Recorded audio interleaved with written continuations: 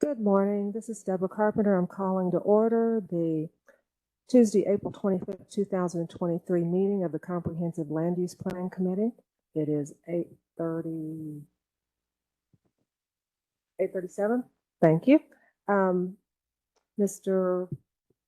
King, is it going to call the roll this morning? Thank you. Mr. Price, thank you. Of course, thank you. Brent Rubin. I'm here. Thank you. Deborah Carpenter. I'm here. Jasmine Anderson. Jerry Hawkins. Krista Nightingale. Present. Linda McMahon.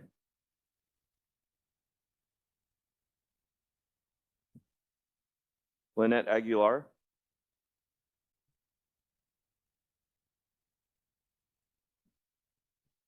Matt Houston. Present. Peter Goldstein. Present. Roy Lopez. Present. Nathaniel Barrett. Present. Jennifer Scripps. Joe Cannon. Present. Colin Yarbrough. Present. Alrighty.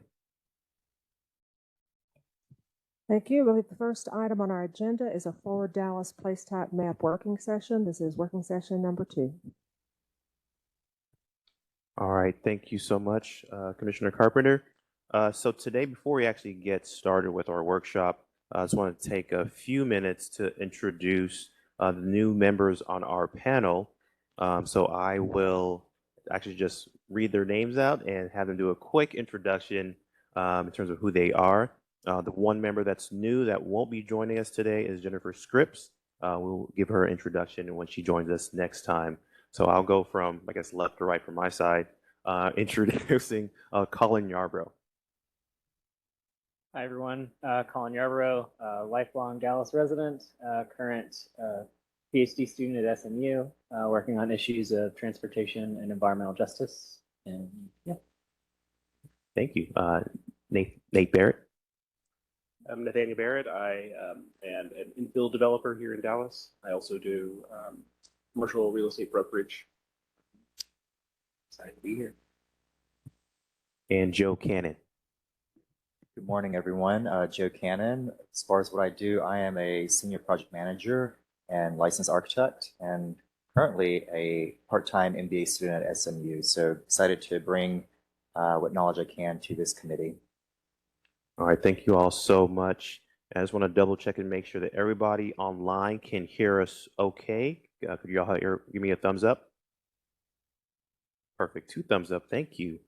All right, so we're gonna go straight into the workshop, but before we do that, I wanna give a quick update regarding our implementation, development of implementation items for Forward Dallas. So in addition to the map development that we're doing and we're talking about today, staff and the project team, we're also working with some technical review committee members that's comprised of staff and other local agencies, such as DART and the COG, to help us think through what are some actionable items that can be actually implemented and moved forward after and during Forward Dallas. So I'm going to let Brian Price do a quick overview on that, and then from there we'll go into our workshop.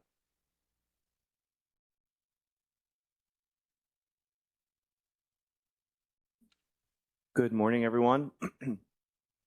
So these implementation elements are designed to complement the place type map and the place type map descriptions, which is what the committee is primarily focused on today.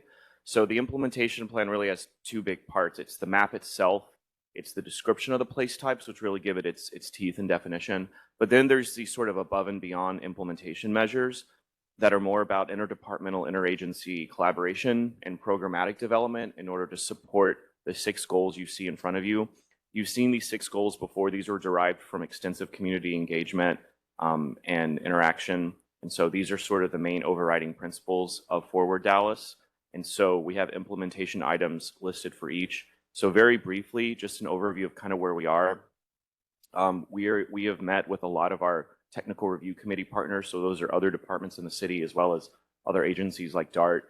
And we've developed a number of prospective implementation ideas. So starting with environmental justice, one of the key ideas is having a city environmental justice program. So it will likely be housed in OEQS as they have an environmental justice committee, as well as they're hiring an environmental justice coordinator. But given that so much of land use is related to this topic, there will definitely be a role of PUD and zoning and development tools to hopefully complement that initiative, so we can have a strategic way to identify areas, engage those areas, have data transparency around those areas, and have an assembled toolkit and process. In addition to environmental justice, we cover other topics in sustainability, like protecting the tree canopy, protecting the watershed, through looking at the development code, through reviewing Article X.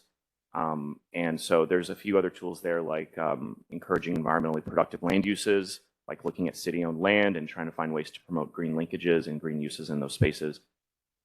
Lawrence, you lost my slide. Housing accessibility. So we've been working with the housing department extensively. So essentially here we want to look at how do we make not just housing affordable, but different types of housing that are needed by the residents of the city.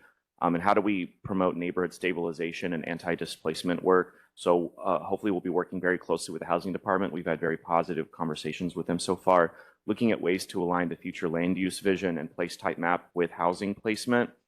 And also looking at ways that zoning and development tools can support neighborhood preservation and promote affordability and stability of character, even as neighborhoods change. So there's a variety of tools that we've come up with here, including looking at transit-oriented development and topics like that. Economic development and revitalization is essentially about us trying to leverage our work with the economic development policy and finding some incentive programs to support some of the other goals on this plan, like transit-oriented development, environmental justice, placemaking, and finding ways to make the development review process and the development code more accessible and competitive, to align more with what some of the other municipalities in the state and region are able to accomplish.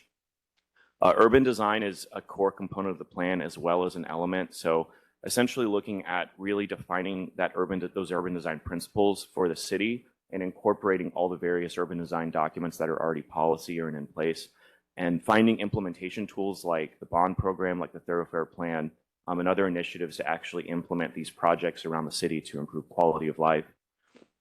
This category also includes placemaking. So we know there's a lot of excitement around neighborhood identity, placemaking, culture, historic preservation, finding ways to really bring some definition and coordination on that. And then we have transit-oriented development and connectivity, a huge topic for Forward Dallas. So all of our partners essentially have some interest in this topic. So this is really about having a more concerted city plan for typologizing the various TODs in the city, developing some priorities on where land use can make a difference, and coordinating with our partners at DART, housing, economic development, OEQS, mobility, and really starting to try to have a more concerted attempt at bringing planning and development and quality of life enhancements to these areas. And then lastly, rural and agricultural and greenfield areas. These are areas like in southeast, southwest of the city, and just finding ways to preserve and conserve some of our natural assets there, as well as encourage agricultural uses, working with our urban agricultural plan, and finding ways to improve infrastructure and access to amenities in these areas. That's kind of I know that was a lot, but I was given about 5 minutes. I hope I stuck to it. We'll be presenting more on this later, so don't worry if you missed some of that. Today we're focused on the place type map, but so this is just really preliminary, and these items are going to continue to be vetted and developed, and we will be coming back to you with a more thorough review of these. So that's where we are with this plan. Thank you so much, Brian. And I actually failed to introduce some of the team members who are actually on the call and in person. So in addition to myself, we have Patrick Blades, who is behind us. Mike King as well. He's always with us everywhere we go in the city. Brian Price, who just presented on the implementation. On the line, I believe our assistant director, Andrea Gillis, should be also available to kind of chime in and ask any questions or any clarifications as needed. Also, our engagement manager, Shalonda Manguro Johnson, and our technical manager, Asma Sheikh who might be calling in as well. So with that, let me quickly go over the agenda for today. I think we skipped that too, sorry. So for today, we just introduced our new members. We just touched on implementation and the progress on that. I'm going to go do a quick recap of the comments that we had from last meeting. I think just kind of help everybody understand where we're coming from with today's discussion. This discussion is going to be focusing on the map updates and changes that have happened since we had our last meeting. And then we're going to delve into the industrial place type discussion, which we, a part 2 of that discussion from last time. So we're going to give you all some updates in terms of the feedback that we heard from you all, how the project team, the consultant, has started to apply and think through what that needs to look like, and then kind of talk through next steps for the project. Everything cool? All right, let's get going.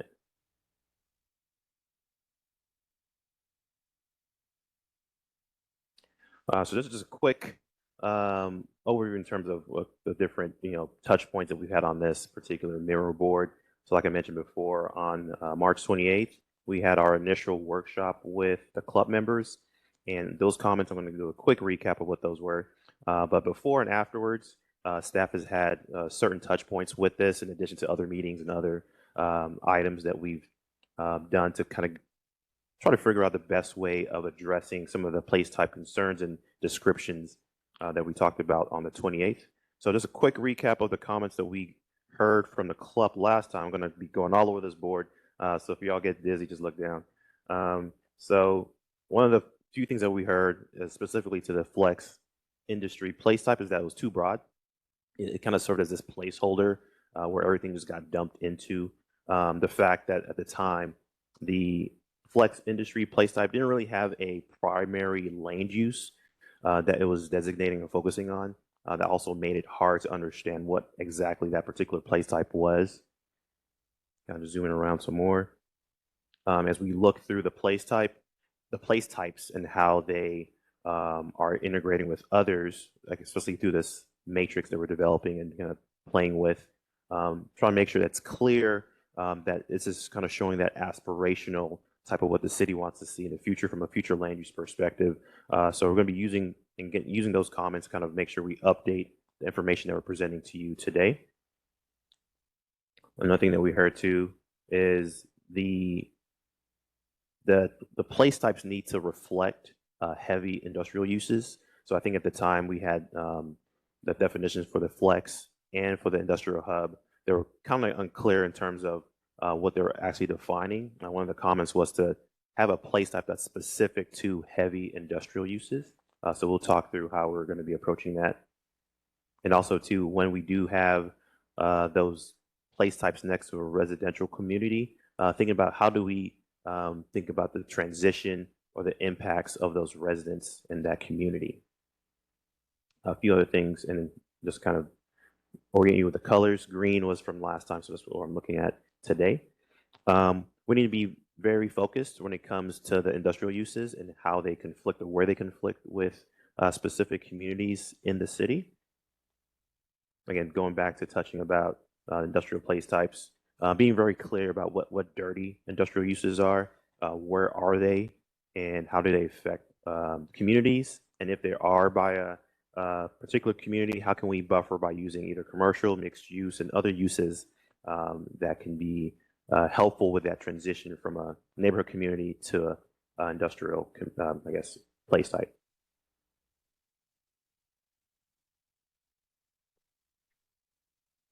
And we quickly touched on the rural flex place type as well. Some concerns related to that was acknowledging the potential for sprawl in that area, defining the difference between the residential place type and the rural flex place type. That was one thing that was brought up as well. And then two, kind of going back to that industrial kind of core conversation, where and how does that transition happen, and language should be updated to reflect that. So just a quick overview of the bunch of comments that we have here. I'm going to zoom out just for everybody to kind of see the universe of comments that we have. Again, staff, this committee, and other inputs from our consultant are also using this environment to kind of help talk through those elements and those items.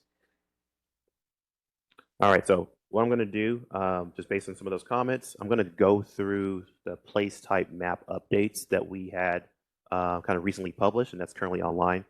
Talk through those updates and how we're thinking about addressing some of those concerns on the map. There's some areas that we want to get some feedback from this committee just to help us refine and think through what the place type needs to be or should be in that area. And then we're going to use the rest of the meeting to kind of just talk about the place type descriptions and the place types that are focused on industrial uses. Mr. Agu, Yes, before can you hear you hop in, I just want to, I've gotten messages from Miss Aguilar and Miss McMahon that they're having some issues logging in. I just wanted to make sure someone in the room was aware and working on it. Okay.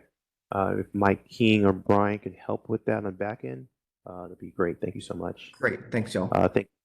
No, appreciate it. Thanks so much.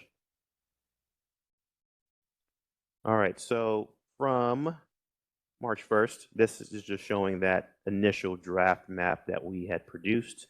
During the last club meeting, we actually used, I believe it was this map down here that identified some of those areas of focus. So this one's a little bit blurry, so we just kind of added this more clarified version for our discussion.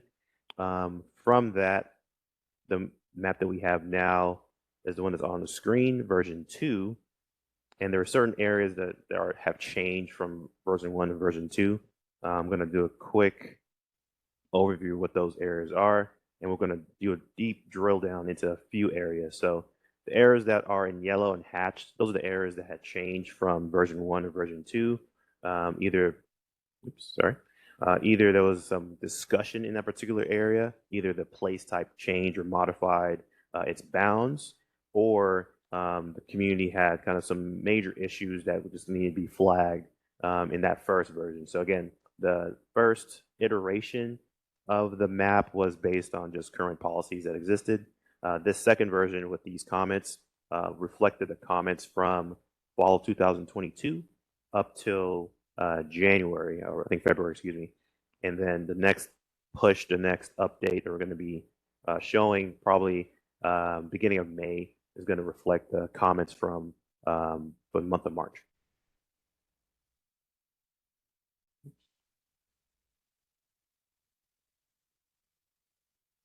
So with that, there are a few areas that I wanted to have this committee talk through and help us kind of think through related to the land use place type updates. So I'm just gonna zoom in on a few changes that we had talked about with the project team and with staff. So one being the corridor, the Singleton corridor. So at the time that we presented this to you, this was primarily the flex industry place type. The idea of the conversation moving that from a flex to more commercial was kind of twofold. One, to be clear what this corridor is trying to do moving forward. So a lot of comments that we received is that the flex was, again, still very nebulous. Having that industrial use within there still allows for that potential of an industry being in that particular location. So the major kind of land use place type update from last time we talked is basically the red that we have here. Hopefully you can see my mouse along Singleton corridor.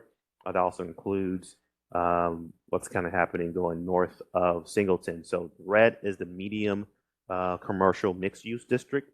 So that allows for kind of a mix of commercial uses that can be kind of done through the corridor, and also too with the current land use that exists on the ground now, just north of Singleton. That was the approach to move that to a medium commercial, was to basically allow for that to kind of realistically transition to something that could be more in line with what the community has requested from us. So that was just one. I just want to make sure that that was kind of noted for this body, more of a note for the body.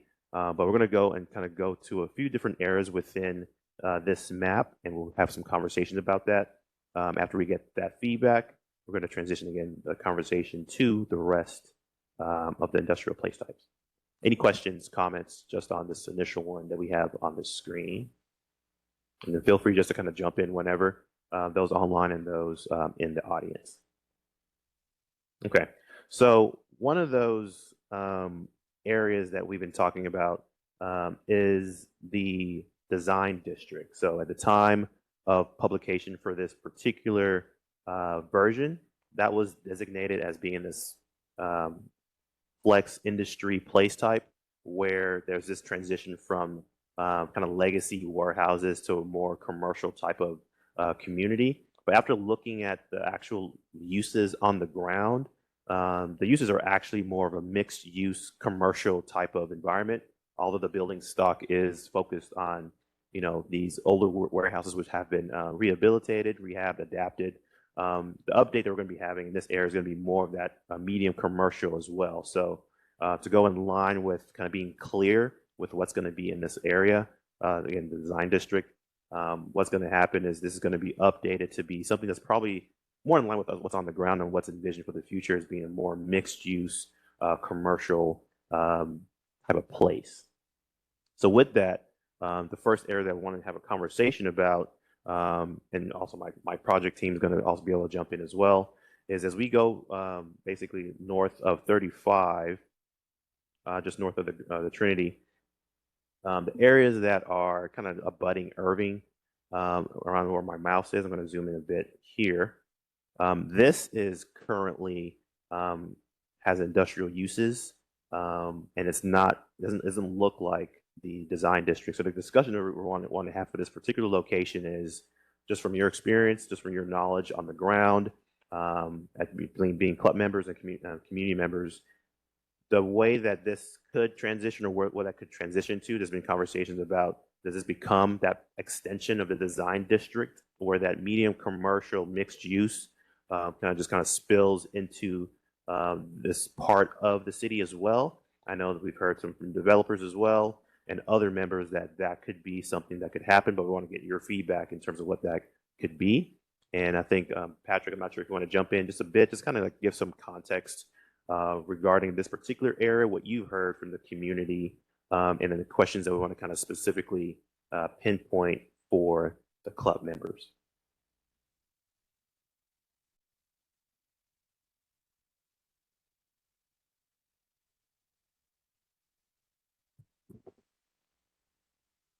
Good morning. Again, my name is Patrick Blades. I'm a senior planner with Planning and Urban Design.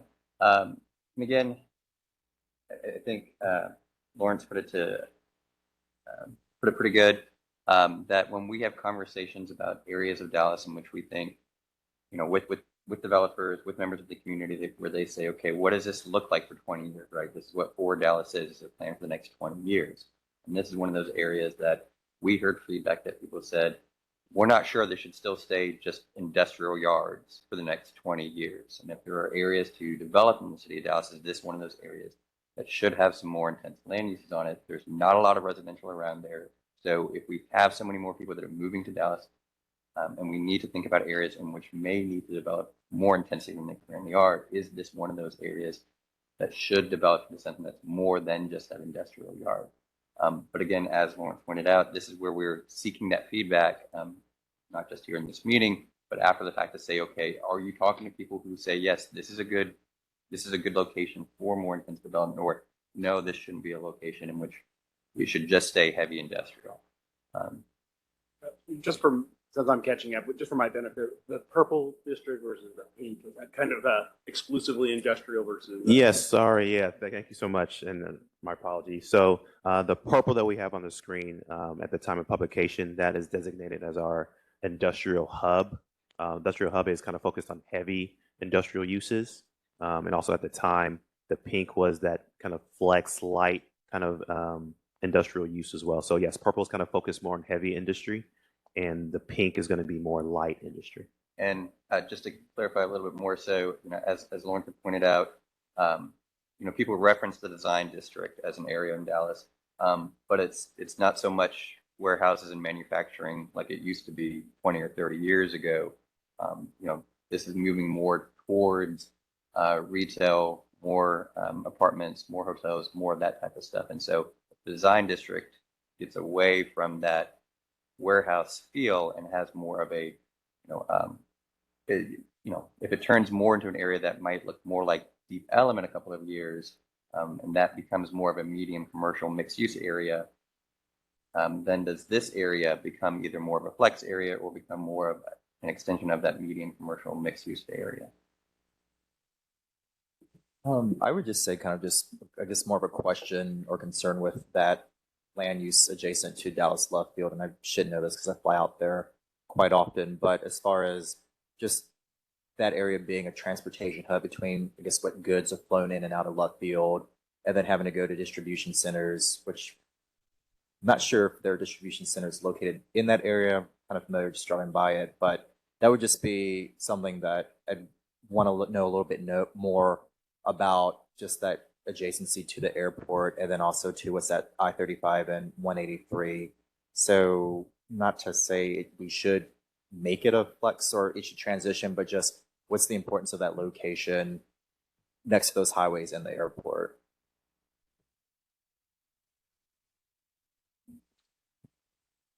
No, that's a good consideration. Yeah. Well, I can say that, right now there hasn't been any push to extend the design district really past, into that area. But one of the problems here is, what I've talked about a number of times before is kind of the lack of differentiation between the different types of industrial, because even though this purple reflects the heaviest industry of the place types that you have right now, this is not metal salvage and the kinds of things that are absolutely incompatible with residential.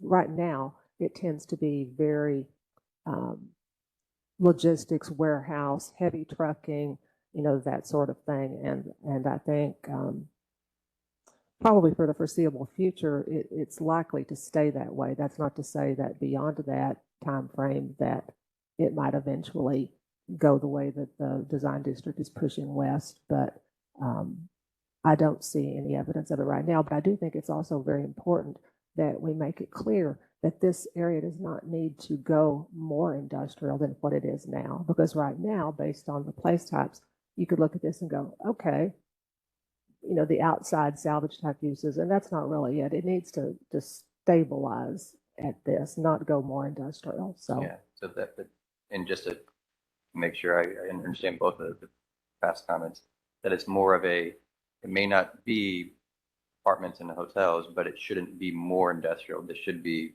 warehousing and logistics spaces, but more like. It's more heavy commercial trucking, because I've made this comment before that I think the place types are kind of missing something in between, because we definitely have a commercial place type that exists in the city that's very trucking and commercial parking, that sort of thing. It's not exactly the huge Amazon type warehouses and the inland port type, but it's something a little lighter than those. But it's just a different type of place type altogether. And I just say mostly it's very trucking and automotive intensive. Awesome. Yeah, go ahead. Sorry, Yes. Sorry. No, go ahead. Yeah, no, I agree that really we need to uncap the upside of it, because a lot of this is just going to flow from the land values. You've seen things turn over in the design district. A lot of those warehouse spaces I would do work in industrial. I would consider them obsolete for the purposes of big picture shipping and logistics, because you can't get a 53-foot truck into most of these warehouses. They have dock high loading, but not suitable for the way most modern trucking. Doesn't mean they're useless.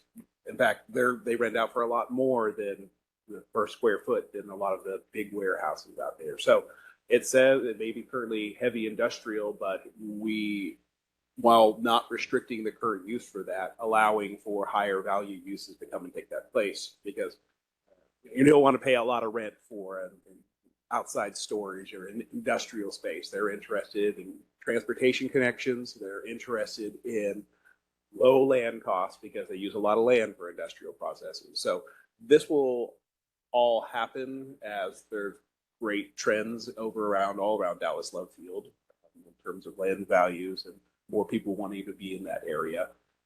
So if we restrict it into an exclusive industrial use, that's going to hurt the area long term more than if we allow industrial use right now that can then transition into more showroom type uses.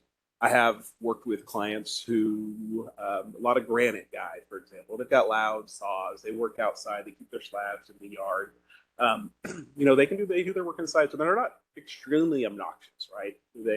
But they do need inexpensive, unconditioned spaces that are the kind of things that are offered along the river and in the older industrial spaces. So, and a lot of them are being priced out as there's just been a rapid ramp up in industrial prices. So I think it'll just happen, but we need to guide it in that direction. Right. And I appreciate that comment too, because I think that actually goes to what we're going to be talking about too. And I guess I'm just going to mix all the agenda items related to the definition of the industrial flex place type and the industrial hub place type. That flexibility for something to happen post or afterwards that could be more valuable related to land. I think adding that language to the descriptions for that flex industry is I think it's critical, just because like the location of this particular location is, I won't say landlocked, but it's not as broad as other places in the city. That's good feedback that I'm hearing. I just wanted to add to, the proximity to the Trinity River and to UT Southwestern, which is really transforming that quadrant of the city. It looks like everyone kind of agrees that to limit the heavy industry in that area and make room for other uses is probably the way to go. No, I appreciate that. I think, yeah, as we kind of thinking about all those uses, industrial focused, that's along the Trinity, just coming from here all the way down south, going to the Flora Farms area.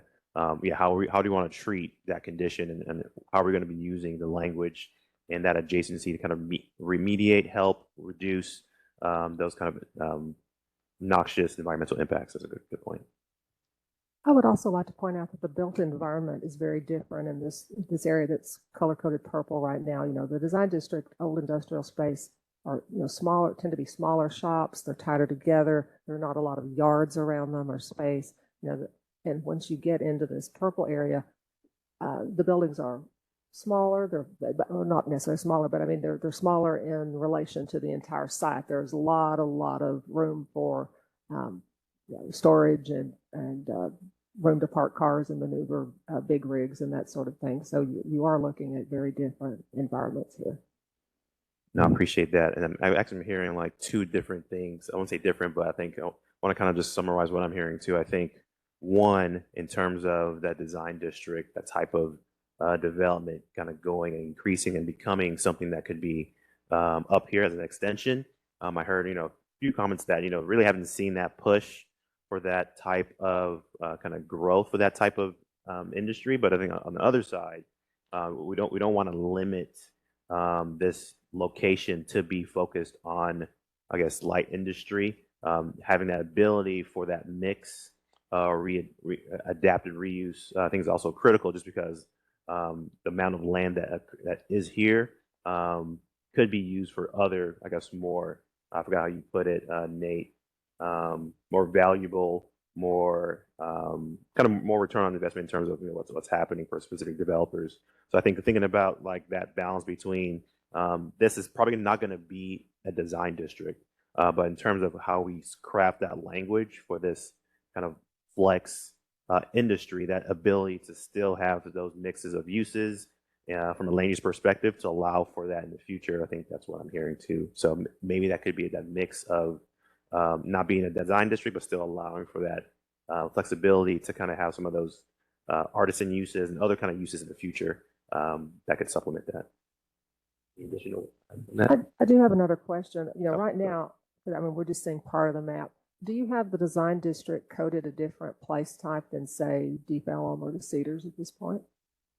Let's see, for this particular version that we published.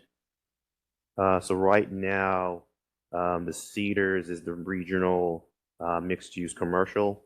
And what I mentioned before, that this pink that's currently coded would be coded something that's similar to the Cedars, and also what's happening just on the other side of 35. So being more that mixed-use commercial. So the update is to have this be more in line with the medium mixed-use commercial type of place, and not the flex industry. So I can zoom out a bit more.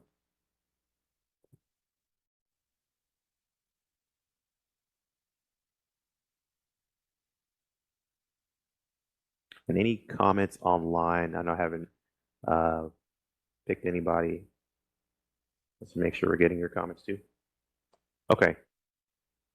So I think this is extremely helpful in terms of these comments. That's, again, we were kind of just wanting to see where you all, what you all heard related to this particular area, where that should be and how that should be kind of thought through from a future land use perspective. I think the feedback that we have here, we'll start to kind of like draw on the map and kind of play with kind of where those boundaries should be and updating the definitions to kind of help refine what this area could and should be. So we have two more. And again, just because we kind of put these comments on, it doesn't mean this is kind of the final say. It's just for us kind of like have some touch points to kind of develop further. Did somebody mention something? Sorry. Oh, Joe, go ahead. Just a good clarification for the mapping here. So the bright red you mentioned earlier on is the medium commercial mixed use, Right. and then you're pointing to the cedars. That's the maroon. What is what's the distinction between those two? Right. So I guess one is more higher intensity in terms of kind of the built environment. The draw is usually more of a regional type of draw as well.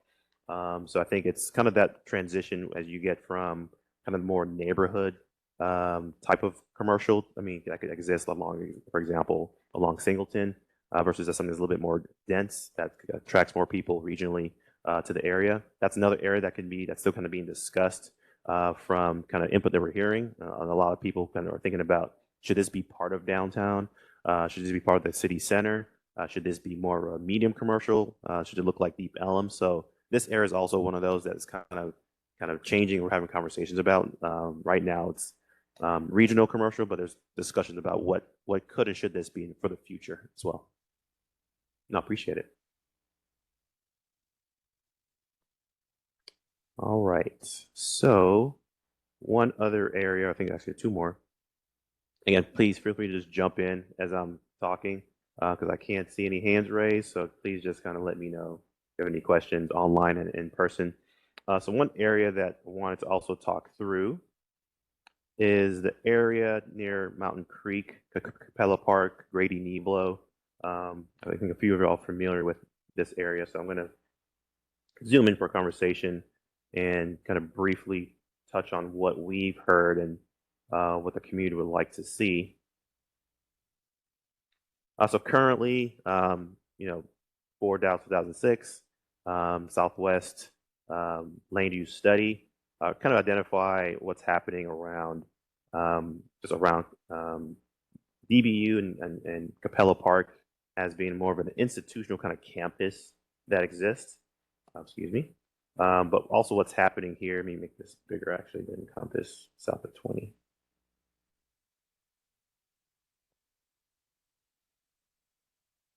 Also what we're seeing too is that just south of 20, there is one warehouse that exists that's been built in this area, going back to Nate's comment about that availability of land and where developers like to build that kind of focused on manufacturing and more trucking type of logistics. That's starting to be built in the southern parts of the city. So the discussion that we're having and we want to have and we've had with the community, they actually did a good job kind of breaking these areas down into what this should be from a future land use perspective, thinking about more of like a regional or medium commercial along 20.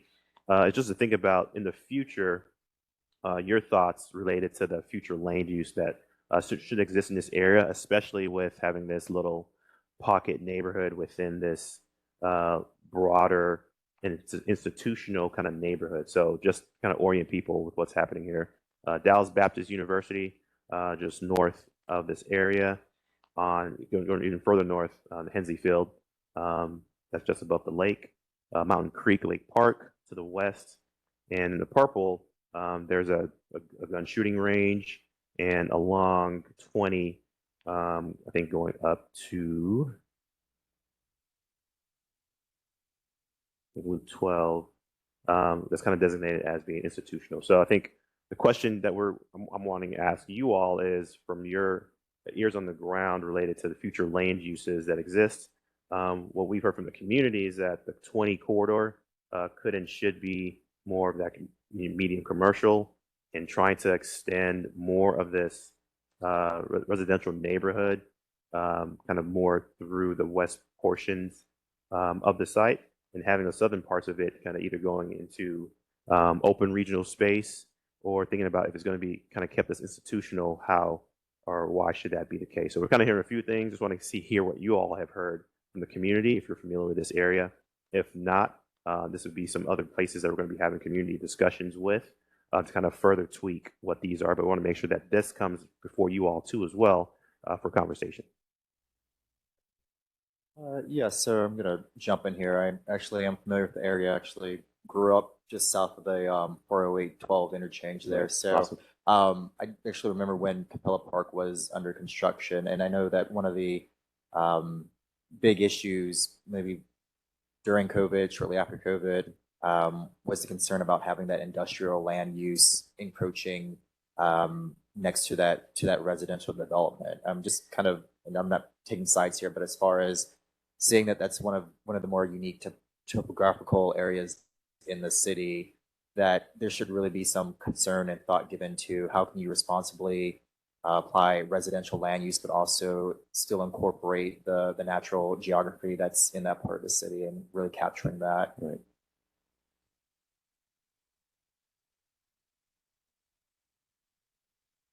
Then just another question. So you're saying that blue shading that's institutional, is that all owned by DBU or? So yes, I think the northern portion is DBU, and what's happening in the, I guess the southern portion was kind of codified as kind of being remained as blue just before conversation purposes for today. But that was what the consultant kind of identified, and wanted to get a little bit more clarification from just more local knowledge with what's happening here. So kind of going back to what you mentioned too, a few things with the topography kind of concern and thought is that, you know, where 408, 12, and 20 kind of come together, that topography is pretty high, it's pretty steep. And then for the availability of the ability to develop there might be pretty difficult. So one suggestion from the community was, should that kind of roll into more of that regional open space just because of the escarpment and the topography like you mentioned. But I think going back to what you said too, that trying not to have any of the IR uses, heavy industrial uses encroach in the neighborhood is definitely the major concern that we're trying to figure out the best to address.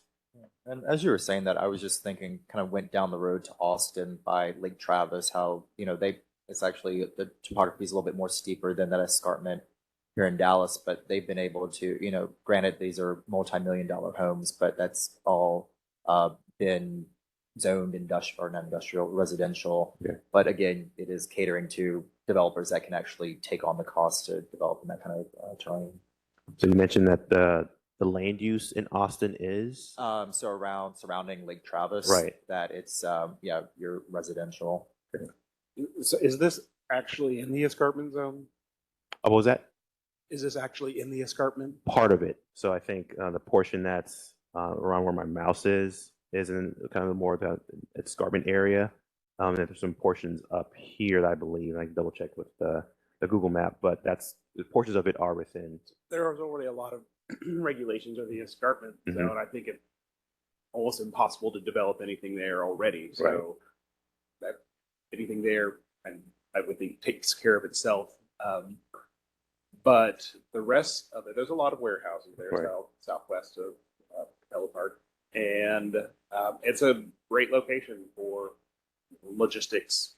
And I mean, the highway itself is noxious. Right. The warehouses themselves are a source of traffic, but they prefer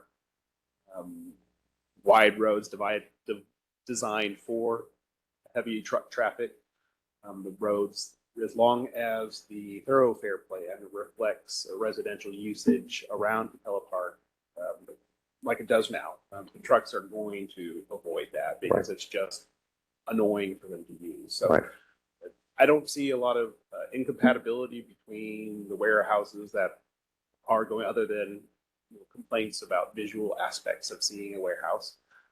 But as long as the roads are designed properly and it drives designed to keep the flow of traffic away from the homes than any other planned residential development in the area, I think there can be a coexistence here. Right. Now, I'm glad you actually brought up the kind of the visual component and the transportation component.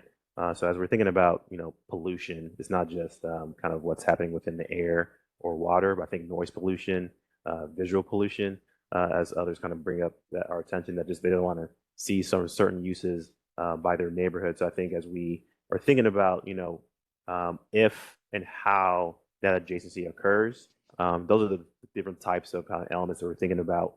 How are we going to be dividing or differentiating the adjacency to current residential uses? I think the site piece, that's very difficult, but I think that's another piece that's kind of part of what we're looking at thinking about is there might be some of those uses that pretty clean when it comes to industrial uses, light industrial uses, from a transportation, from a air, water, but sometimes the site I think might be one piece that I'm not sure we can talk about with our consultant from an urban design component, how that can be also thought through as well.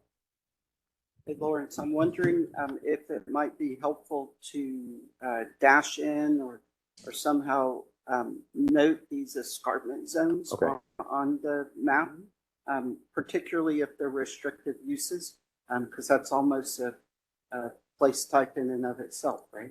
No, that's a great point. But we can add kind of a little bit more of information that comes with that kind of topography to help with this map too. And there are other escarpment zones around the city too, so we should include that all over. You're so wide. Yes, definitely. And I think just kind of step back too, I heard a few things with an escarpment piece of this. I think as we're doing an analysis and the next time we kind of meet, definitely want to show that, just kind of provide a little bit more information. What we actually heard too, other meetings in the public is your maps are too confusing. Can you reduce what you're actually showing us? So I think being a little tactful, kind of how and what we show. But I think definitely as we have in our conversations in the next few meetings, kind of showing that for because context, we can definitely do that. Mr. Gu? Yes, go ahead. Yeah, just a few thoughts. I'm very familiar with this area just because we've had several contentious zoning cases over the past couple of years. With respect to sort of the west side of the area along Mountain Creek, those warehouses are there, they're firmly established, whether that was, the best use or, whether there could have been some really neat stuff done along the side of Mountain Creek Lake. I think that decision's been made and we can't turn back time there. So, those warehouses are what they are. At the same time, there's because of the topography of the area, there's sort of a natural division between the warehouses along the west side of that area and the eastern side of that area, which includes Capella Park.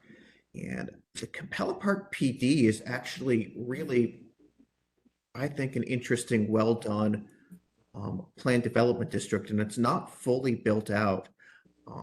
And while Capella Park is currently built out as a mix of single family attached and detached homes, it actually offers a lot in various sub areas, a lot of different housing options and options for retail amenities and other things like that. So I would look at that Capella Park PD and consider whether there can be other development in the east side of that area of various different housing types and various different amenities for the folks that live over there. Because I know part of that's in the escarpment and makes development difficult, but we've clearly seen cases in the last year where along the east side, people, major developers do want to put in various things. Some of them are more industrial and those haven't fared very well when they've come to the Plan Commission, but it does suggest that there is room for residential growth and other growth serving that area without encroaching on the escarpment. So No, I appreciate that comment. I think you just reminded me too of that Capella Park. That neighborhood is a great example of kind of that blend and mix of residential single family uses. You do have some of those live work units. You do have some other types of the single family kind of nature is still kind of the core, but the different types of construction and how the buildings are oriented, I think is a great example for how different neighborhoods can be kind of built and kind of grown from the particular location that we have on the map. Hey, Lawrence, can I ask Brent a follow-up question to his comment? Yeah, go ahead. Brent, so since you're familiar with some of the industrial or the warehouse uses and zoning cases on that west side, can you clarify, is that what you would call more warehouse light industry, or are there in fact heavy industrial uses in that area? What we've seen are warehouse zoning applications for warehouse uses coming in. I mean, pretty significant, large warehouses that sort of mirror the stuff along Mountain Creek Parkway, but nothing heavier than warehouse as far as I can remember. No, awesome. Thank you so much, Brian. Appreciate that clarification. That's actually probably also a good kind of segue to the kind of the core of the conversation I want to have today related to the definitions of the industrial place types that exist in the city that are being developed currently, and want to get some kind of feedback in terms of what kind of should be on the ground. So again, appreciate these comments here. The first two that we kind of touched on, again. Excuse me, may I jump in before we leave? Oh, yeah, go ahead. I'm sorry. That's all right. Once again, where we have the purple here, it's very clearly a warehouse and large warehouse and logistics. It's a very uniform place type. Right. There's not any variety there, and it's very different from other types of industrial. You don't have open storage yards. You don't have the salvage, crushing, grinding, that sort of thing. Right. The other thing relating to what Chair Rubin was saying is we on the Plan Commission have had several very, very controversial zoning cases where we have developers wanting to expand that type of industrial use.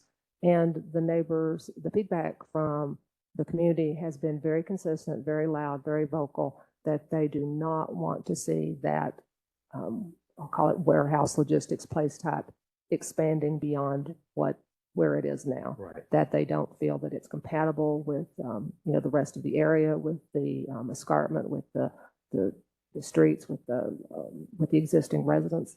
I think that I don't understand at all why the blue place type is here, because I know Dallas Baptist University is there at the top, but it's a fairly small campus, and it certainly doesn't extend all the way to the south, and it doesn't reflect current zoning either. So I think that whole area needs to be substantially reconsidered. The feedback that we're getting consistently is that they want to look at residential place types, something on the scale of Capella Park, which does offer a wide variety of housing types that the city says that it needs and does need, and also that there's a big possibility here for the regional open space that takes advantage of the escarpment. Right. But anyway. No, I appreciate it. Actually, that's kind of the segue I was going to go into, so I appreciate those comments. So yes, I think, again, going back to kind of the initial kind of convocation that we had here, it was more kind of this left for conversation with this body, because we know that this needs to be updated and tweaked to reflect that the escarpment and other more granular considerations. So with that, I'm just make sure any comments on this location. We're going to come back actually to this area, but I want to kind of segue to some discussions about the descriptions and what these place types are going to be kind of updated to reflect on the map. I just want to, Mr. Agu, this is Matt Houston, just want to echo what Commissioner Carpenter and Chair Rubin stated.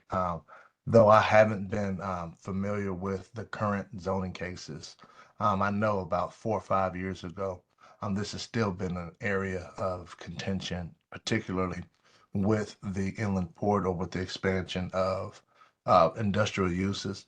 I strongly suggest that we should, because of the undevelopable land or the undeveloped land currently there, us trying to find ways to end the use of the escarpment, to find visible, pleasing ways that the city can use it. And I don't think expanding more industrial types is the best use, particularly as you move away from I-20.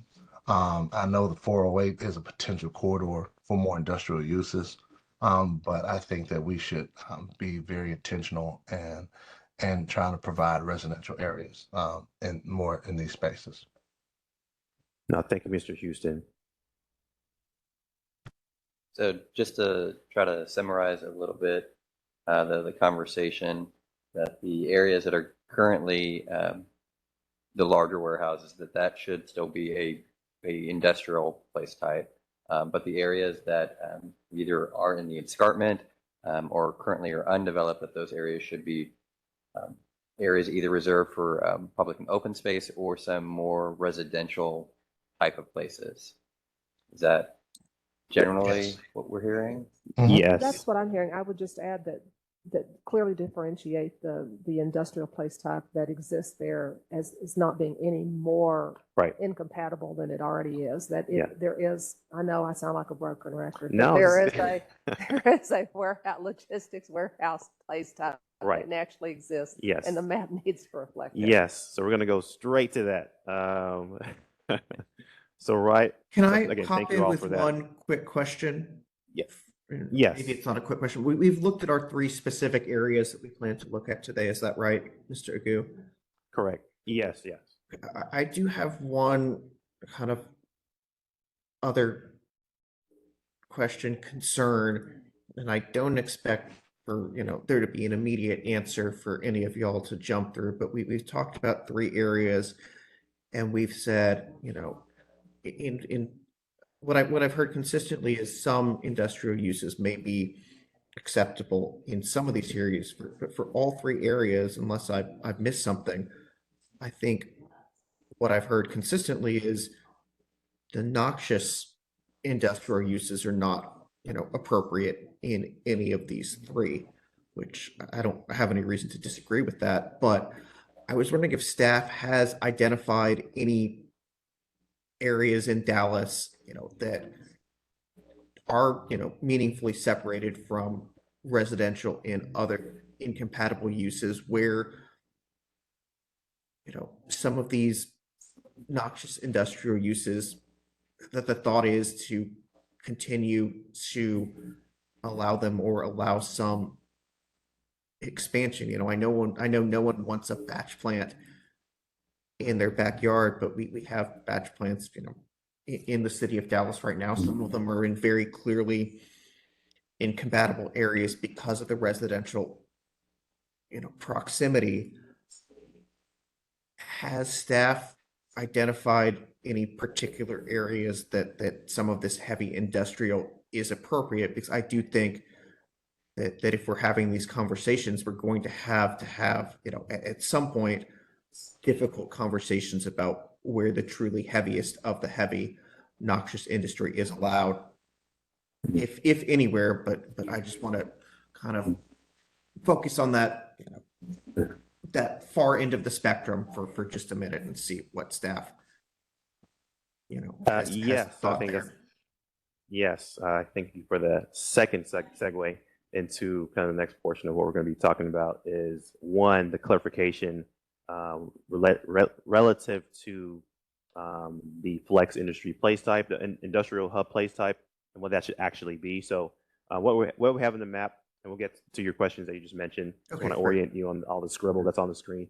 So what we have on the map is kind of an exercise that staff did that's focused on the industrial place types that exist in the city. Going back to the conversation about what is the flex industry? What should that be? And just through some conversations and through kind of just like actually going on the map and kind of identifying what exists, that flex industry place type, which was that catch-all kind of place type, it was definitely consensus that should be that more kind of warehouse, clean, light industry place type that's focused on what you just mentioned, Commissioner Carpenter, kind of like those other place types that aren't kind of the heavy, dirty kind of uses that exist in the city. And I think in doing that, I'm just going to go through generally this map and just showing you all the conversation that we've had is some areas that exist in the city that are identified as pink that we talked about briefly at the beginning of the conversation. They were also defining here that those should actually either be that light industry place type, that's focused on the manufacturing, focused on the warehouses, that's focused on the clean type of uses, with language to allow for the potential for kind of more flex type of things to occur, like the artisan, some mixed use components, but still is focused on light industry. So I think that's a little different from what we had before, where the industrial hub was that basically place type for both the heavy and for the light industry. So what we're going to be doing and what we want to kind of talk through is that if we're starting to identify some of the purple that we have here on the current map, you know, on this version, it included heavy and light. The idea is that we're actually going to be updating this for a lot of these purple to be the light industry place type.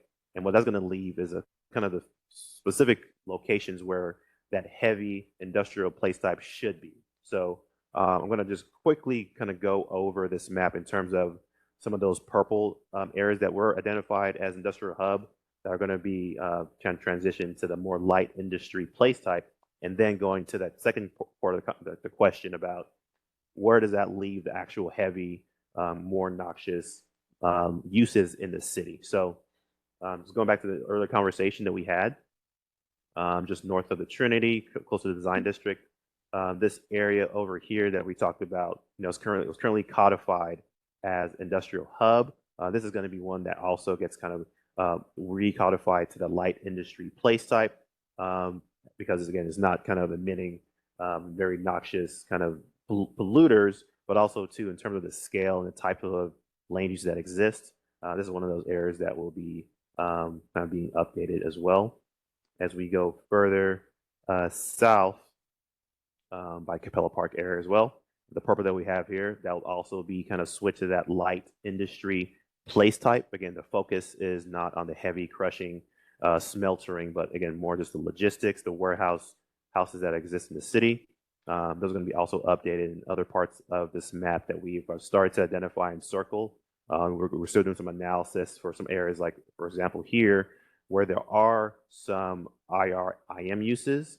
And so we're going to do a little bit more investigation about how does the IR uses kind of touch and interface with the residential community. So that's going to be the major thing that we do, that when we look at this map, all the purple that's going to be kind of transitioned or kind of like recodified to heavy industry, the adjacency to residential communities should not exist. So that's kind of the transition that these are going to have. There's going to be a lot less of the dark purple, and that dark purple, when it does interface with any residential communities, one's going to be trying to figure out, is that even appropriate? What should be the land use transition or language in the place types to help remediate that? And the majority of the purple that we have here is likely going to be transitioned to that light industrial manufacturing, which again is not, which can be kind of talked about with that adjacency to residential communities.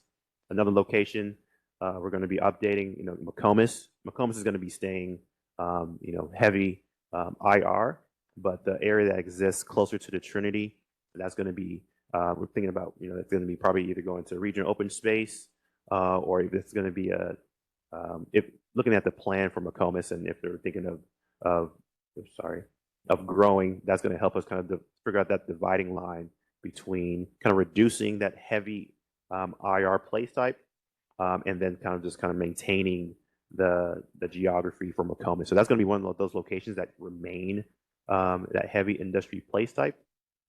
Another one that we have identified and want to also talk through with the kind of the heavy IR is just, you know, south within the West Dallas area, south of the rail line. There could be some locations that exist in there that's, again, not by the residential communities, that's south of the rail line, that could be codified and thought to be more of a denser type of IR. And then thirdly, I think we're also looking at what's happening, and going back to the conversation before, what's happening just north of Stemmons, or kind of close to Irving, with that type of heavy industrial uses that are being kind of developed. In Irving, that particular area too, you know, going along California Crossing, that's the type of land uses that also exists. So in terms of kind of identifying some of those key or certain locations, they're kind of draft right now. Those are the three that we've kind of pointed out. Again, it's not meaning that any other locations aren't being analyzed, but for your initial question, Commissioner Rubin, you know, McComas, just south of the rail line in West Dallas, and closer to kind of the Stemmons Corridor by Irving. Those are some of the kind of locations that we're seeing that might be that kind of consolidated heavier IR place type. Do you mean IM? Oh, excuse me. Sorry. So industrial hub place type or the IM uses. Sorry. So yes. So let me zoom. Without discussing any particular area, you keep referring to issues that need some closer examination where you have heavy industry, next to neighborhoods. And, in many places in the city, it is literally right next to neighborhoods. And so when you start talking about how to come up with appropriate language or transition, I've lived this. I've seen this. What has happened historically, the last time that we did a comp plan, is the solution was to upzone residential areas, which basically destabilize those areas. And theoretically, it makes very little sense to me to put denser residential next to industrial as a buffer between industrial and single family, because all you managed to accomplish at that point is you expose more people to the effects of heavy industry. So, when you have this hard line that, here's IM and here's R. Right. In the real world, what is possible here? Right. Unless you take a heavy look at the heavy industrial and go, this this is what needs to change. Yes. Okay. Oh, so yeah, 100% right. Sorry, I didn't want to your thought with that. So I think with those areas that are actually very hard, I'm going to be very kind of blunt in terms of Joppy, where you have that residential community, and then you have that rail line that's kind of industrial hub type of land use. That's going to need kind of a more detailed investigation post Fort Dallas in terms of what that community should be. So I think in terms of the place types and language that we're going to be talking about that describe those types of uses, the scale of what we're doing with Fort Dallas isn't going to touch in those specific kind of hard locations. That's going to probably require a neighborhood plan that's going to delve into what each parcel should be and how that adjacency should also work. Kind of going back to the city scale, we're going to be identifying those locations that are actually conflicting, that have some issues that need kind of a deeper dive, several more years of investigation to figure out what the vision should be. That's one of those areas that's going to be identified on this plan.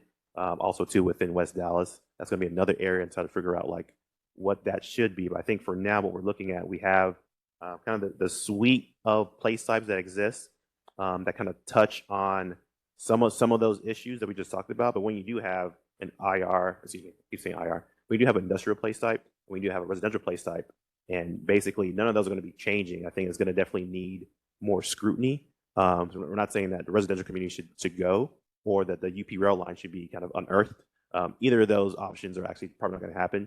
But I think looking into that conflict, what we can do now in this plan is identify those locations and basically use this plan to be the guy that says these areas are going to be priority in terms of further land use investigations. Lawrence, Brian Price, I just want to add to what you're saying. Generally, what I'm sensing is that the areas on the map that are going to be labeled as industrial hub, will be reduced quite a bit. This will, especially compared to 2006, this map is going to really move the needle in terms of where those heavy uses should be. So part of what we're doing here is definitely, Lawrence just gave a list of some areas that are being considered for industrial hub. So we do have a role, even though there's further investigation after the plan, we do have a role here to figure out where these should be placed and where those conflicts are likely to happen. And we also have the place type descriptions themselves, which can clarify buffering or transitional uses. So we are, from a high level, even though there will be further investigation, we still want to have a good conversation about where these should be placed and where they shouldn't be placed as well. Right. And I think going back to Commissioner Carpenter's question, I think hits kind of at the core of what we're trying to do with this map. But I think there's going to be some of those land use conflicting locations that, to be frankly honest, one place type or the other isn't going to address what's actually happening. Those uses exist together. So we want to make sure when we identify that with this plan, for this plan to be that if we can't address all of those particular issues, this can be that document that says, okay, post Fort Dallas, this area definitely needs further analysis, investigation, and kind of talking through what that needs to look like in terms of making those particular communities more in line with what's on the ground and what the community wants to see moving forward. Because there's going to be a lot of nuance to that in terms of we don't want to displace anybody. Also, we recognize that there's certain kind of just like physical, natural, built kind of things that exist in these locations that just because you paint a color on a particular map doesn't mean anything kind of can go away. So we want to be very tactful and very realistic with what this mapping, what this can do, and also too, if it can't do some things, identifying what needs to happen post Fort Dallas with other investigations. Yeah, because there does need to be a acknowledgement or recognition that there are just grindingly incompatible adjacencies. You know, in West Dallas, north of Singleton, along Pluto Road, you have some of the heaviest, dirtiest industries across the entire city, sharing a boundary with an elementary school and residential neighborhoods.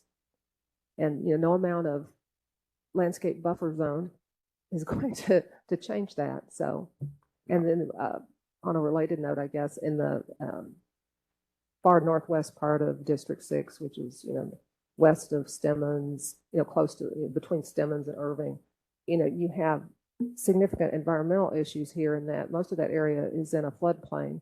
And I know we're looking at new regulations for batch plants right now in ZOAC. And one of the recommendations they're considering is like not allowing these kinds of industries within 100 feet of a floodplain. Well, that would eliminate all of that area because it's not only within 100 feet of a floodplain, it's in a floodplain. Right. So it just gets complicated, more and more complicated. No, definitely. I appreciate kind of shining a light on that, kind of the other nuanced kind of layers that kind of lead to that complexity. And those are definitely things that as we're looking at this, we're like, this is definitely going to need more investigation. But we definitely want to, you mentioned, acknowledge and kind of be just pretty honest in terms of what this is showing and telling. I think previous documents haven't been that kind of, we want to be blatant with kind of what we're kind of showing and what needs to happen post for that. And if I may add one more thing, Yes. I keep coming back to the different types of industrial place types. I think the flex place type is still a bit too broad. Right. I think there are places, such as the design district, the core of the design district, where the built environment is conducive to adaptive reuse. The types of small industrial building, there were garment factories, there were machine shops, that sort of, are very, in the proximity, close to downtown. I mean, they're very attractive areas for redevelopment. Whereas there are other types of industrial uses that just don't, if you have big yards with lots of room for trucks, it's not as, the future development, it will have to be completely, it would more likely to be completely redeveloped from the ground up with new buildings rather than using the ones that are there. So that might be a distinction that you Yeah, consider. so good. I'm actually going to add a question to that. So kind of going back to that specific example, just south of Singleton that you mentioned, that has the potential to be like a design district type of environment. In terms of codifying what that location could be or should be, right now the design district is going to be codified to be that, mixed use type of place type. Similarly, we're thinking that based on what you just said, I think that should be another similar codification in that particular area. If we're looking for the future of what this place type should be or this place should be, I think based on what I'm hearing is that it should also be something similar to the design district. So do you agree that we should kind of look into not just keeping that area that you mentioned as industrial flex, but it being more of a kind of design district, more flex type of space that reflects more design district and less of the industry place type? Okay. Hey, Lawrence, Yes. I agree with the chair. This is a difficult conversation, but a very important one. And I guess I have a few questions. One, as a group, us deciding what is a compatible use in an urban environment. And obviously then where those would go. I think clearly the second part is that we how we make these transitions are critical. And so maybe we can have recommendations. As you pointed out, no matter how much you landscape, some things you just can't buffer. So that gets back to question one. Right. Is this a compatible use in an urban environment? And then finally, I think if we look at the map and the geography that's going on here, as we started this meeting, changing from heavy to medium industrial use, to me seems like a good direction for the city. But that's just me personally. And that also we might want to prioritize changing from heavy to medium in the southern sector of the city and in the west, where it seems like these are currently located, predominantly located. I appreciate that, Peter. So again, to summarize that last point too, as we look at the southern parts of the city that are designated or are currently heavier industrial uses, kind of thinking about could those also be transitioned or thought about being a more of a lighter type of industry? Just kind of talk about those concerns you mentioned with are these place types even kind of compatible in the first place? So having a staff kind of investigate that further along the South Park. Definitely. Here's a point that I want to just add for thought conversation to this is I think most of our conversation now is talking what we know industry to be now, but since we are looking several decades into the future, what does industry look like? And we're starting to see, such as AI, this could be the transition from making widgets that are polluting to the air, which I don't think that part of industry will ever go away, but will more space be needed for warehouses? And then also thinking about drone deliveries, some markets are already testing that. So we need to be mindful as we're looking at where are these industrial zones placed in the city, what business, what industry is looking like. I'd say, it's moving pretty fast the next 5 to 10 years. That's a good point. I think that goes to some of the conversations we've had internally is that, with that light industry place type, not being that heavy kind of Prussian, use, but thinking about in the future, logistic speaking, the amount of space needed for the growth of the type of tech is actually, I think our city manager has kind of focused the development and attracting those types of economies into the city and less about those other kind of more heavy type of uses because of two things. One, we're looking for kind of salaries that exist. The heavier industry is easier to kind of go into in terms of just access for jobs, but it doesn't really lend a kind of longer term being able to get paid well for communities and families. So the opportunity of being able to kind of like jump into a little bit more of the tech kind of warehouses, that's something that's kind of growing massively throughout the country. So allowing for that too, thinking about that is something that we've also been thinking about with that place type designation for it to be less of that heavy industry and kind of allowing that light industry to kind of allow for more of those warehouses and types of uses in the future. That's a good point. Can I jump in real quick? Yes. Lawrence, one thing that kind of keeps coming back to my mind, one of the things we brought up very early on was like, how are we guiding? Where are we guiding all this dark purple or what have you, whatever color it ends up being? Right. If we're thinking that that's generally, as Peter was saying, like kind of incompatible with kind of our urban form, has staff considered, and I don't know the specific boundaries of the inland port. I think that's kind of a fluid boundary in and of itself.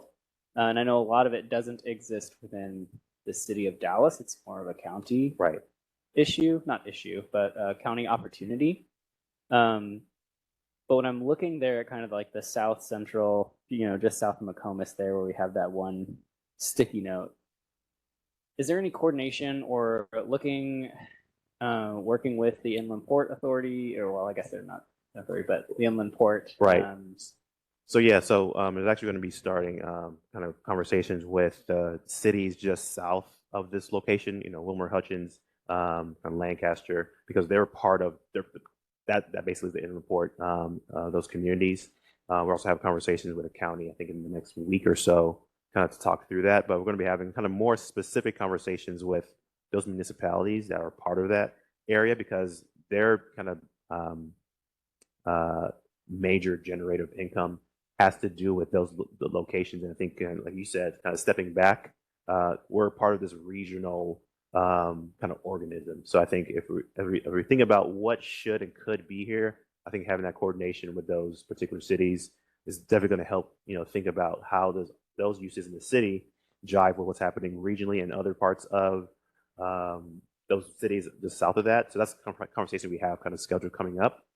That's a great point because I think at the end of the day, as we kind of think through that, we definitely need to make sure that regionally with other interagencies that we have here, that it still kind of makes sense as you kind of move from the southern parts of the county up to the northern parts. Yeah, because we may even have like a housing and a commercial opportunity there if Wilmer and Hutchins are so built out that they can't provide some of those services. Well, maybe that's where the city of Dallas is able to step in, in a different way as a partner in the inland port. So yeah, I'm glad y'all are starting the conversation. No, I appreciate that comment. And any other questions or kind of conversations just based on kind of what we just or share on the screen? Taking notes as I hopefully try to coordinate this too. And then time check, we are at almost 10 o'clock. I think we have this room until 11. But I think we try to end this meeting at around 10:30. So we'll try to be conscious of your time.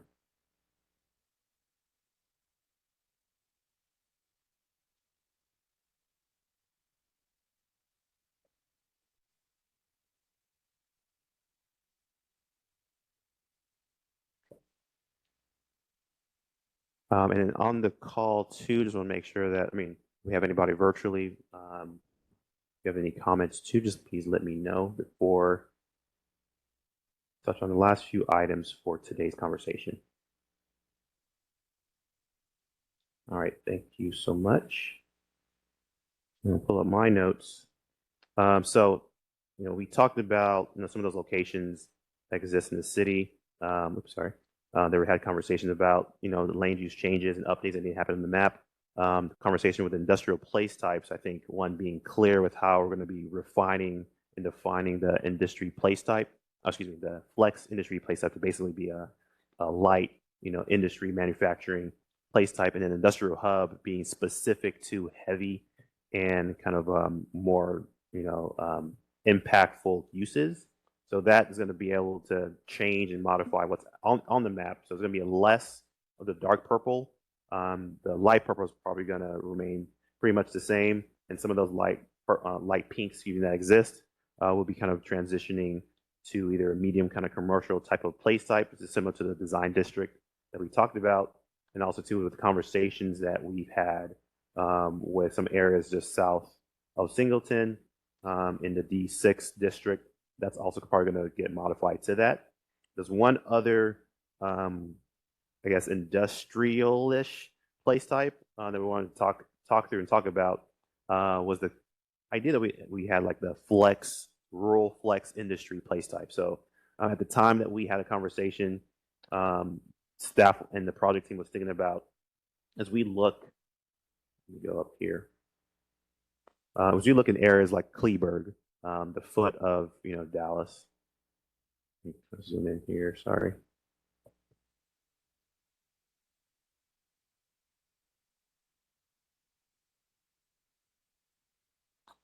As we look at Kleberg in this area, again, is more agrarian, more rural. But currently, when going back to I think a comment that Nate mentioned, when it comes to availability of land and the developability from like logistics types of developers, it's easy to kind of go where there's more land and it's cheaper. Like why not if you're investing in a particular type of development, that's kind of the default that we typically see. But we want to be kind of clear and very you want to be transparent with what we're kind of allowing here with the rural flex, the rural agricultural place type that we have in Kleberg. So right now, it's predominantly kind of open space, rural, but we wanted to talk through what does a rural commercial type of place type look like? Does that include a mix of uses? How does that jive with the the type of development that's happening or wanting to happen from a warehouse perspective. Is that allowed? Is that not allowed? That's another conversation we want to kind of start as well today. And I'm not sure, Patrick, you want to kind of jump into to help me with, like, as we think about the different land uses that exist in this potential flex rural place type, kind of comments that you've heard from the community about what they want to see and hear. I know we've also fielded some questions and comments from CPC members and other body members, but would you mind kind of giving some kind of feedback that you've heard just from the community's perspective when it comes to the rural nature of what's happening in Kleberg and areas similar, and how they want to kind of address development? Yeah, so again, in areas like Kleberg or some of the other areas in southern Dallas that have more of this, as Lawrence said, a rural or agrarian community feel that are out there. There's housing that's out there, there's commercial out there, and there's industry that's out there, but it doesn't look and feel like it looks more, frankly, it looks more like the country, right? It looks more like areas as you get out to East Texas or even further south, right? Because there are larger lot of houses, but it's not, a subdivision of 1 acre platted lots.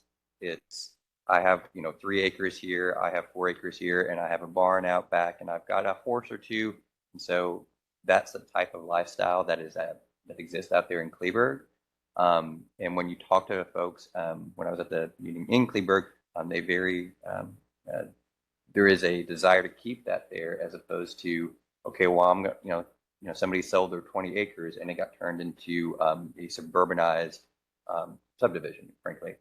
And so part of the effort in Kleberg and other areas is to say that type of land use, a rural residential land use, is a specific type of land use or place type that is a little different than a suburban or a traditional or a city residential land use or place type. And the commercial or industrial, and I hesitate sometimes to call it industrial, but it's not a giant warehouse. It's not a 10 acres of 18-wheeler parking. That's not the desire out there. It is someone that wants to have, it's a contractor's yard, and it's an acre, and he runs an AC business, or they run, whatever it is, they're other concrete contractor or something. They've got their trucks out there. There's a commercial or a very light industrial land use that's out there that exists sometimes hand in hand with those residential areas as well. So sometimes you have an area that is solely residential, and it's a street where all of the where all the properties are residential. Sometimes you have an area in which you have a couple of that commercial or that industrial that's blended in. And it's understanding those are two different types of places. Some should stay all residential with that rural residential. Some have more of that mix of different types of land uses that have residential, that have industrial and commercial, but they exist much more hand in hand, as opposed to earlier comments where I'm crushing concrete and it's right next to a school. That's not occurring out here as much. And so that's the desire of that is a desire that has been expressed to staff from members out there in that community. No, appreciate that. Thank you so much. And I think just to kind of clarify too, just what we're looking to do is that additional place type that's kind of being formulated and developed. One, in terms of kind of the conversation we've had about the flex industry, the light kind of manufacturing, that bringing that here, I think that density, that scale is not what the community wants to see. But going back to what Patrick mentioned with kind of that allowance for more that rural type of commercial, even kind of like some mixed uses environment, that's kind of what this place type is going to be reflecting and trying to touch on. Because one, currently, as we kind of go even further down to the Seagoville and some of those areas down further south, again, it's more that kind of development that's being developed by developers who, cheap land, less of land use restrictions. That's just what's happening. So I think to be able to prevent that from that encroachment to happening in this part of the city, we feel like adding that additional place type that's focused on the rural commercial aspect with that flexibility for mixed uses is something that is definitely going to be needed in this area to, one, make sure it's not the flex kind of larger types of built structures, but still allows for that rural agrarian feel while still affording commercial and some mixed uses in this environment. So just want to kind of bring that back out to, in terms of conversation, more just FYI too as well. That's the direction that we're going with the development of that particular place type.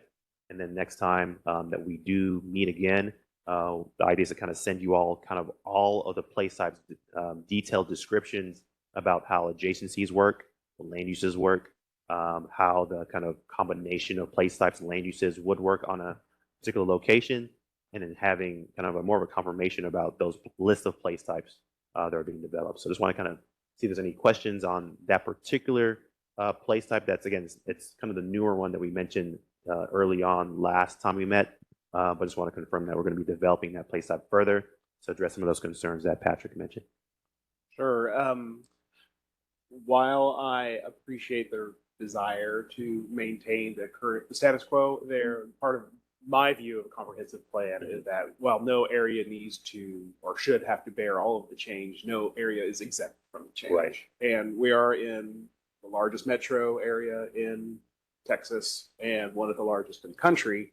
And so I kind of think rural and agricultural designations are incompatible with the idea of being the central city and the largest metro in the state. Right. So a lot of the talk about pollution and the uses these are trade-offs. They're not, do we want pollution or not? Right. Do we want, it's going to happen here. As long as there's demand for these kinds of services, they're going to be somewhere. And sometimes by banning them in certain areas, you're making it worse. But because you've moved all the logistics hubs out of Dallas, now we have more trucks that have to bring things in, right? So I'm a little bit opposed to having any kind of rural designation in the largest city in, largest metro area in the state. No, I appreciate that, Nate. Thank you so much. Yeah, and some of it is having those difficult conversations to say, and people in historic preservation talk about preserving the best of it so that everything else, can redevelop. And it's having those conversations in some of these areas with the community to say, okay, all of this might not be able to be called this. Where can you put those logistic centers, right? So that they're not all concentrated in one area. So you do spread some of those out. And so are there locations along 20 where the community can say, yes, those are the locations to go ahead and we're going to call that a different type of place, and we're going to call this part of our community that has existed for years and years and years, and to have those conversations and have those trade-offs sometimes. Right, and I think one thing that we're going to be doing in terms of like looking at those trade-offs, I think it's easy to kind of think hypothetically of what could happen. One of the elements, I'm not sure if you're familiar, we talked about this a few meetings ago, is that we're starting to refine how we test the combination of place types in certain locations. So this is going to be one of those areas that we were testing in terms of if a place type kind of remains, like you said, rural, what does that do for the economy? What does that do for the region? So we're starting to kind of pull some of the data and try to map what the current existing kind of place type would be in terms of the kind of some of those metrics in comparison to if this was to become more of a developed area that kind of brings more land uses in the location. What does that also yield for economy, housing, et cetera? So that's kind of, again, I'm not saying that that's going to help to kind of figure out which way we should go, but I think it's going to just help to kind of understand, like if we said, if we remain rural, what does that do? What are the implications for adding a little bit more land uses and industry to this area? Just going back to what you said with regionally, being the ninth largest city in the country, we need to kind of look at how does that land use, how does adding 300,000 people to the city look like in this area and other parts of the city too? That's a good point. Yeah, and just one more point on that. Part of it is about, as Mr. Price had mentioned earlier in the conversation about having community design standards of when some of those areas may develop, how do they develop for more housing but still keep a smaller town feel, as opposed to a more cookie cutter type of a developer just came in here and bulldozed everything and put up a bunch of, just subdivided and put up a bunch of houses that may not be context sensitive. Sometimes it's just about having that conversation to say, yes, change does need to happen here, but how can we make sure that that change is reflected of the desire of the community to say, look, there is more housing here, there is more people here, but doesn't feel like they've all of a sudden changed the complete character of that area, that it still has a smaller, small town feel as opposed to, but still has that quality design and has additional housing that goes into that. Yeah, I have a, I guess, question, Nate, just again, not trying to put you on the spot, but like thinking through um, the environment, kind of that rural nature, do you think it's possible to kind of maintain that feel, but also add more types of industries, uses that could be compatible, that kind of could help with that growth that we're looking at? Just from your perspective as a developer, like what do you think could be introduced and thought about from staff's perspective to kind of touch on those concerns that you just mentioned? Well, just from the location, it's not well positioned for most industry. I mean, you have some things in Balch Springs, but the further you get southeast, you're away from the job centers and most of the growth in the city. But so regardless of what you zone Cleburne and Riley for, I don't expect it to change a whole lot. Now, I do expect some people to want to build some homes there, and we are talking about builders coming in building a subdivision. That is something that's controlled at the development ordinance level, and we could definitely set out plating, street grid rules, how to maintain a small town feel, because the area down there is small town. It's not. I mean, I grew up in small town. I grew up in rural America. So this is small town. People got workshops out back, and they kind of want to be left alone. And they have a few acres, maybe keep a couple of horses, things like that. But if you lay out a good street grid and you build out proper plating and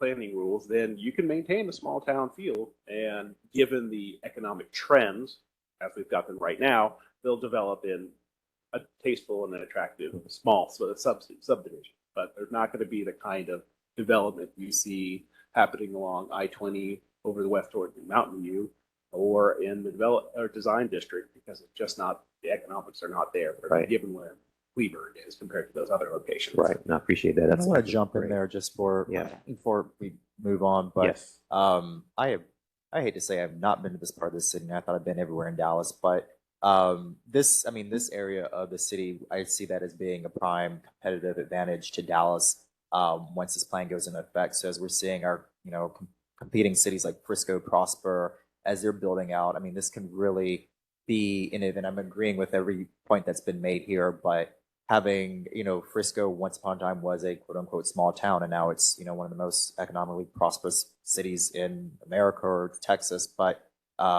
in this land use plan, looking at this part of the city and how can that be the next, area of growth, but we're able to have all those new properties contribute to the Dallas tax base. I think it's a real awesome opportunity here.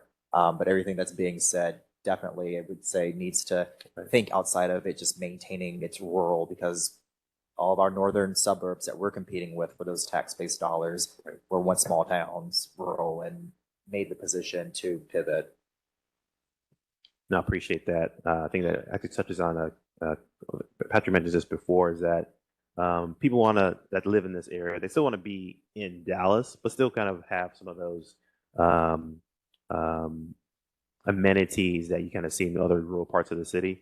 Being able to kind of offer that basically suite of different types of places to live at in the city. I think the fact that we have from like rural all the way to that urban city center, we have that ability to kind of keep. But again, I think you just mentioned like really great points. Like there are other parts of the community, other parts of the county, the region that have developed from a rural agriculture, a rural kind of place type.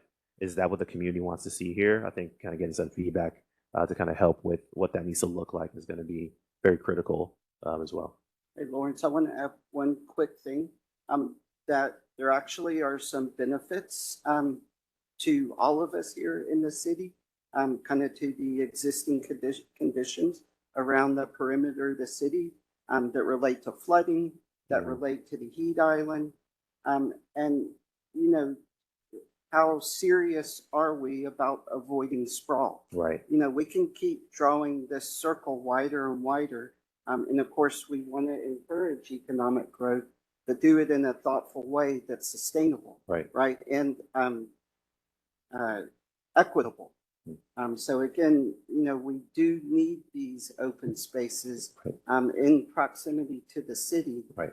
Uh, No, another great point. Going back to like kind of the analysis that we're going to be kind of delving into the next month or so is the trade-offs and what we're gaining too. So I think again, in terms of economic development, environmental sustainability, a lot of people as we talk to south of 30 basically say like, hey, we live in the lungs of the city. Like this is kind of where like all the toxins kind of get kind of cleansed in a sense of what kind of mentioned to us sometimes. But I think you're 100% right that there are other factors that come into play that's outside of just economic development and what's happening regionally. But I think just thinking about what kind of importance could this location have for the larger ecosphere from an environmental sustainability perspective for the city. A great point.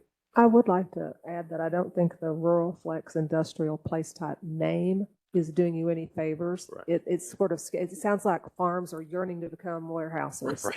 Which No, I mean, right. So That makes sense. I think you're kind of introducing some bipolarity there. No, but that where makes sense. if you're really looking at sort of a lower density, smaller scale, agricultural, residential, commercial, mixed use, that's a different. I mean, that's not the picture that Rural Flex Industrial brings to mind Yes, for yeah. me. Yeah. Commissioner, thank you. And for all the points, I think, Community Member Baird, I think, brought it up. It's not rural, it's small town, I think is what they're going for. And I think it's probably much more applicable. And to the other community members, Goldstein's point about, we do need open space and, we do need separate flood, flood control. I look at this area and I just want to ensure that what we do in Forward Dallas, because there are so many areas that used to look like that in Dallas that we didn't do any planning. And now some of those are the areas where we have either flooding issues or incompatibility where we had concrete crushing next to residential. So I think this is an important area for us to look at, to be cognizant of. This is a good opportunity for us to plan that area out and have good standards in place so that as it does develop into its next maturation, that it is very thoughtful. And we do get consistent feedback when we have zoning cases in this area, which we have, at least over the last 6 years that I've been on CPC, that the community is still very committed and adamant about their vision for their area. That is indicative of the feedback that I have gotten in the meetings I've been at as well. Yeah. All right. No, thank you so much. Any comments online, just to make sure that we touched similar thoughts, or if there's anything that we've missed, please let your word be known. Can I just ask one question? Yes. As we're kind of in this rural flex discussion, Right. Or whatever the name may be. Not necessarily around Kleberg, but I guess looking at the corridor where like Laurel Farms and all of that is, I don't see the same colors, or am I just not seeing correctly? Or am I missing what their place type designation is? Can you help me walk? Right. I think we can touch on that too. I'm sorry, I'm trying to zoom in and it's not letting me do it. Okay. Maybe. So I think along, where Lower Farms, Joppy, that area is, that's kind of that area that's going to need that further investigation. Okay. So I think that, as we looked at for Dallas 2006 in the Trinity River Corridor Master Plan, that had identified that area kind of in large swaths as being kind of an industrial hub. Yeah. As we look at the neighborhood, kind of the pockets that exist here, there are a few things that are in play that one, Fort Dallas is going to be identifying, but I think is going to need a further study. One, kind of that UP rail line that just kind of goes straight down the middle. Being able to be very realistic with what could actually happen there if we have rail kind of going there that's serving the U.S. What does that want to be? If the high-speed rail goes through there, and they decide to have a stop somewhere in Dallas, what does that become? So I think the conversation is going to be with the community. With these factors in play, what do you want your community to be?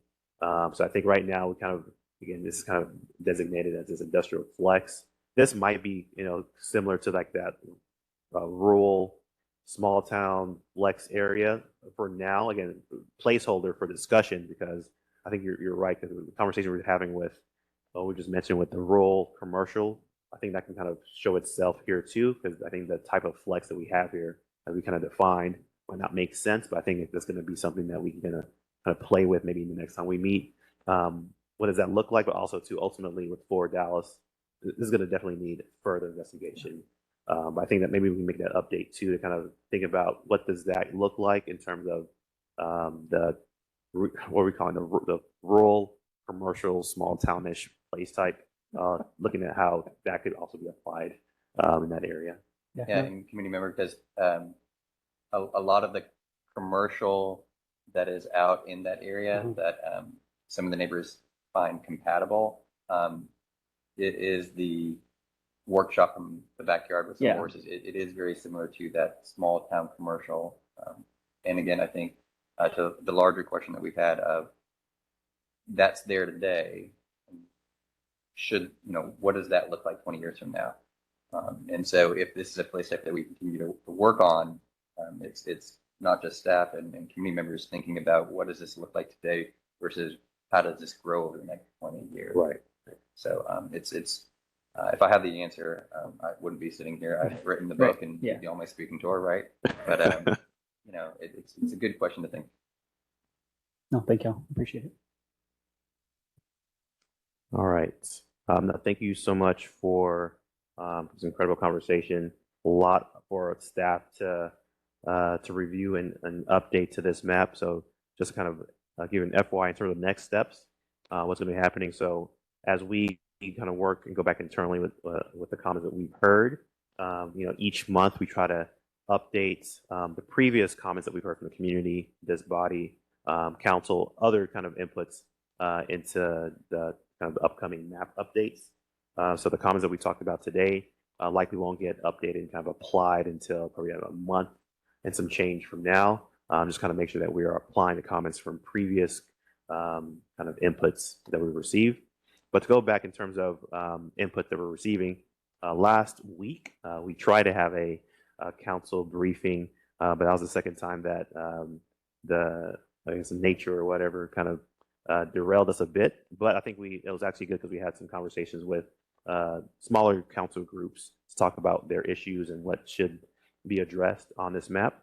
So what's going to happen, just similar to the opportunity we provided to the club members, being able to kind of look at the map in their districts and kind of just draw and have some in-depth discussions. We're going to be doing that with council. They're either going to be inviting us to their offices or they'll come down to our office, have maps that are specific to their locations, and then providing detailed feedback on the place type and how it kind of jives with their desires in their districts. In addition to that, like I mentioned, we're going to be having another update to this map based on the comments from last month. It's likely going to be early May that update is going to be publicized and published.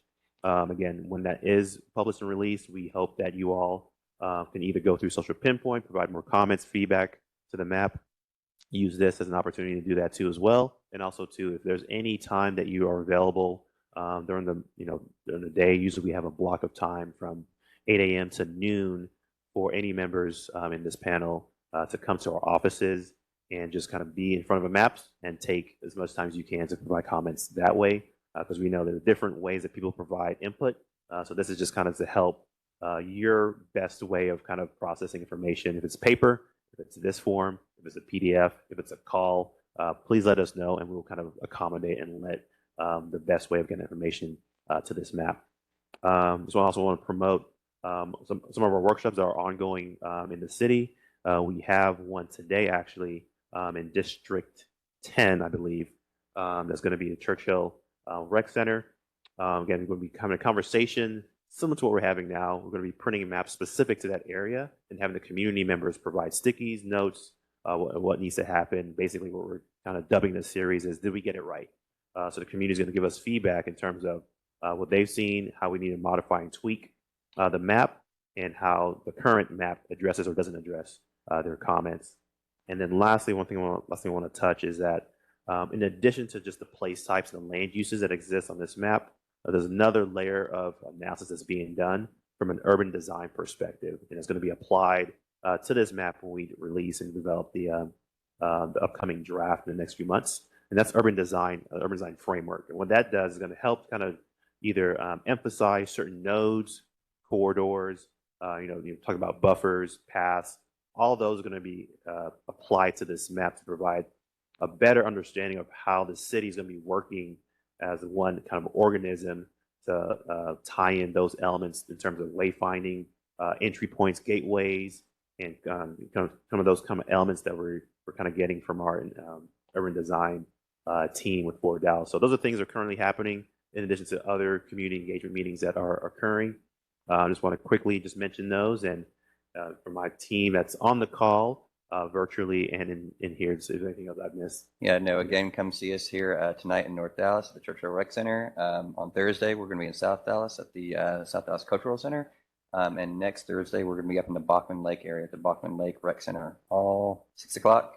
Come see us. We have maps, stickies. We may have some food. I'm not sure about that yet, but we're hoping to. A cookie or two. And with that, I think I'll pass the baton back to Commissioner Carpenter. I would like to make one suggestion for Yes. the next meeting that we have, because I know several times during the workshop we've had today, there have been allusions to regional, commercial, mixed use, and medium commercial, and Yes. they are not clear in my mind, and I doubt that they are to anyone else. But if we could, Yes, I'm on sorry. our next No, definitely. meeting, add some context to that, because No, they're very hard for me to differentiate. Yeah, 100%. I'm sorry. So yes, I think next few meetings we're going to be delving into the other place types and kind of going through the descriptions and kind of understanding the entire suite of place types that we have and how we've developed all those. So our consultants actually been kind of sending us kind of more detailed descriptions for those place types. So thank you for that reminder. So we're going to be probably sending those your way before our next meeting, kind of that packet of all the place types and a more detailed descriptions about what they are. So again, with the flex industries place types, we wanted to have basically another kind of deep dive into this, because again, it touches on the very important aspects in terms of adjacency, environmental justice, that we just wanted to make sure that we kind of drill down into today.